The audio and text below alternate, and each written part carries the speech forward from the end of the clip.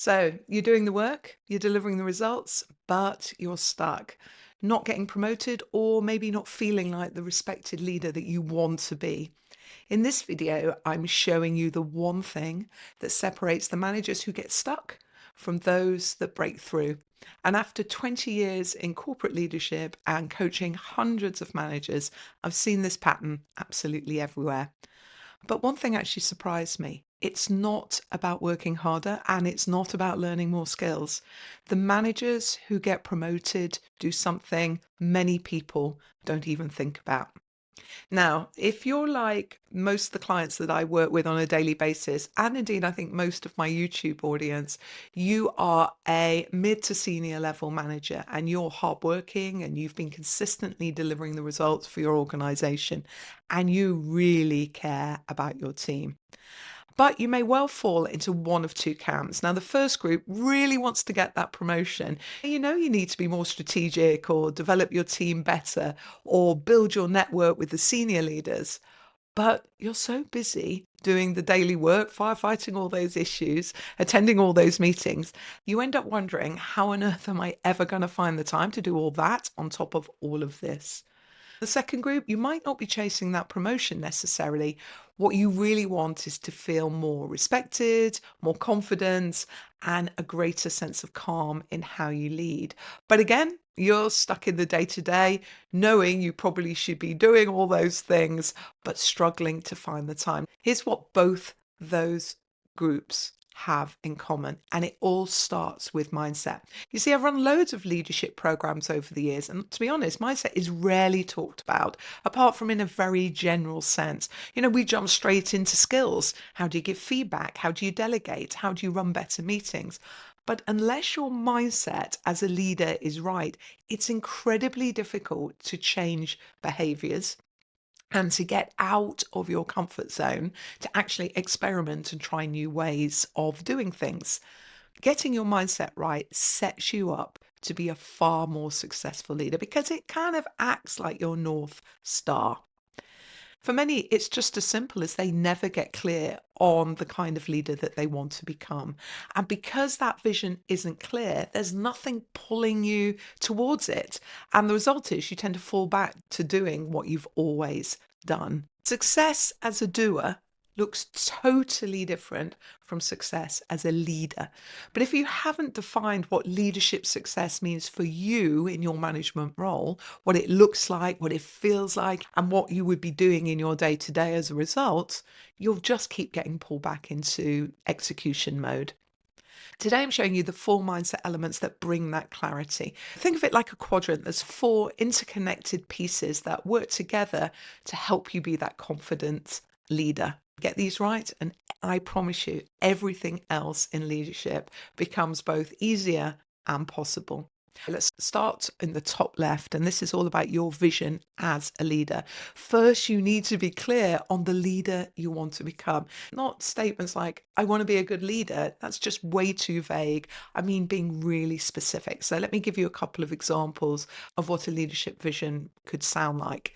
I want to be a leader who develops people, where team members come to me knowing they're going to grow their capabilities. Or I want to be known as a strategic thinker who can translate complexity into clear action. The person senior leaders trust in bringing their vision to life. Or I want to be a leader where my team feels confident to speak up, try new things, and learn from mistakes. You see the difference? They're very specific. Now, you can picture what this leader actually does differently, and this guides how they spend their time, what their team would say about them, and it also helps you work out where to focus on your personal development to build the skills, the knowledge, and the experiences that allows you to deliver that leadership vision consistently. Now, the quickest way to achieve this vision is literally to stop and give yourself a bit of time just to think about it, to describe the future you. What will you be able to do? Perhaps that you can't do right now. What will it feel like to lead the team in this way? And what are the consequences of if you were to behave that way and be that person? What would happen when anybody comes to work with me and we spend time thinking about and helping them get clear on that vision. But once it's clear, it's like a magnet pulling you forward. Next, your values and how you show up. The second thing you need to know are your values, because values are like an energy source. When you're clear on how you want to show up as a leader, when your actions align with what matters most to you, it's like this energy flowing through you. It builds confidence and momentum. There are just dozens of values. Here's a few. I'm putting them up behind me, but integrity, innovation, collaboration, excellence, courage, growth.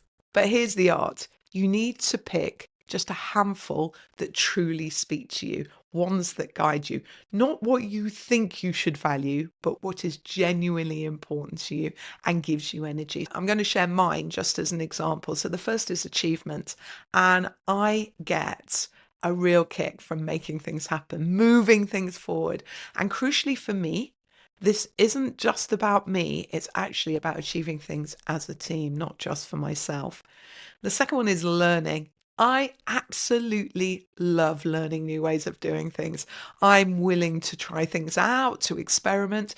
That's why I'm just loving working with AI right now and learning what it does and what it doesn't do.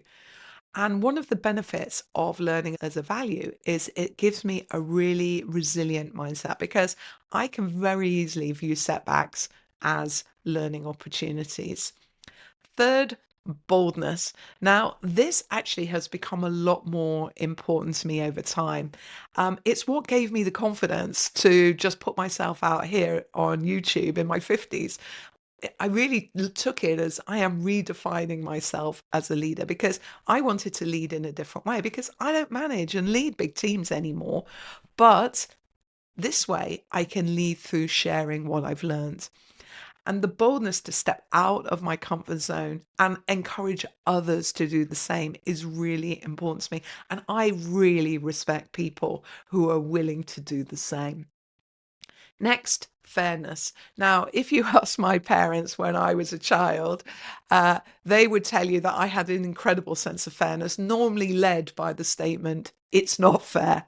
But I believe in fairness of opportunity and in treating people fairly. Now, that doesn't mean always compromising down to the lowest common denominator, but it means putting myself in other people's shoes and taking that into consideration in my thinking.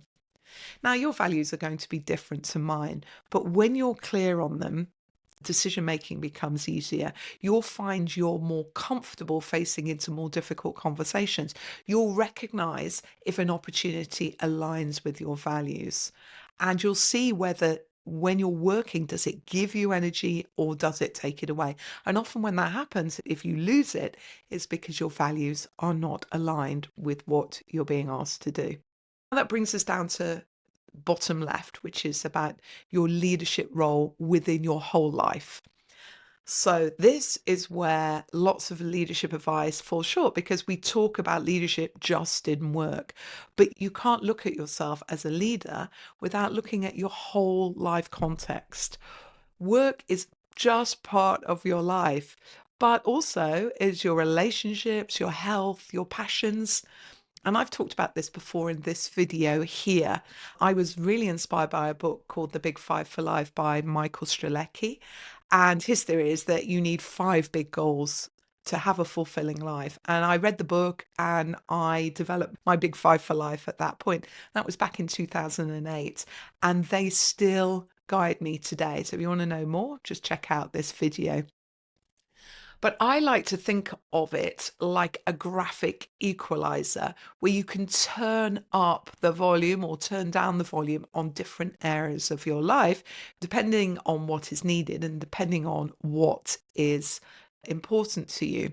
And the truth is, when one area takes up a lot of energy, something else has to go down. I'll give you a real example. So for me, life recently has been so busy. And then to add insult to injury, in the middle of it, I ended up with a DVT, which is a deep vein thrombosis, which has completely thrown me off. But because I'm clear on my big five goals for life, I kind of took that situation and very quickly realized I need to pay more attention to my mind, body, and spirit goals because, to be honest, I kind of knew I was ignoring them. And in order for me to do that, I was going to have to turn down the volume on some of the other areas. So I had clarity to make the choice. And the choice is so important because when you make a conscious decision, it helps you to emotionally let go. You know, the guilt that goes with, I need to be doing all these things. Too many capable managers just let work consume everything, fill the gaps, and it will. And that's the fast track to burnout and frustration. So when you see work as part of your life and not just your entire life, you're going to make better decisions and you're going to be so much more resilient when life just throws you those curveballs that come along. And particularly with relationships and health, these aren't things you can just keep putting off till things calm down at work. They need attention now. So, bottom right is then all about your boundaries. Once you're clear on your vision, your values, and your context, you can set real boundaries. No arbitrary rules, but boundaries that actually serve you well. These boundaries control where you focus your time. They stop you being pulled from pillar to post by every demand. They help you be present, whether that's in a strategic meeting or with your family. They help you be resilient instead of just ending up running on empty. And here's what's powerful when you get these four elements right. They work together. Your vision pulls you forward.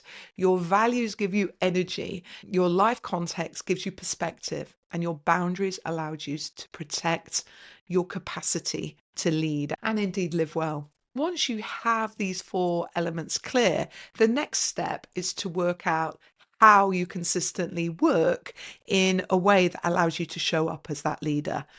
That's where your ways of working and the rhythms and routines you create for yourself really help you. This mindset piece is the first rung of what I call the leader's ladder. And obviously, this is what we've covered today. But next on the ladder is systems. So that's how you consistently work, so you lead effectively. Then comes influence. That's how you communicate and how you build relationships and have influence and impact. And finally, coach. That's how you develop your team's capability. But it all starts with mindset because without that foundation, everything else ends up being just tactics that don't necessarily stick or anchor off anything important. If you want to know where you are on the leaders ladder and get the specific next steps, I've created a leaders ladder assessment. It's down here. It just takes 5 minutes and it will give you a clear picture of which areas to focus on first. And if this has helped you see where you may be stuck as a leader, I'd love you to subscribe. Every week I share practical leadership lessons. But if you want to shift from doing to leading, this just starts with the clarity of the leader you want to become. Get that right, everything else follows. And if you want to know more about it, I'd watch this video here because I explain it in more detail.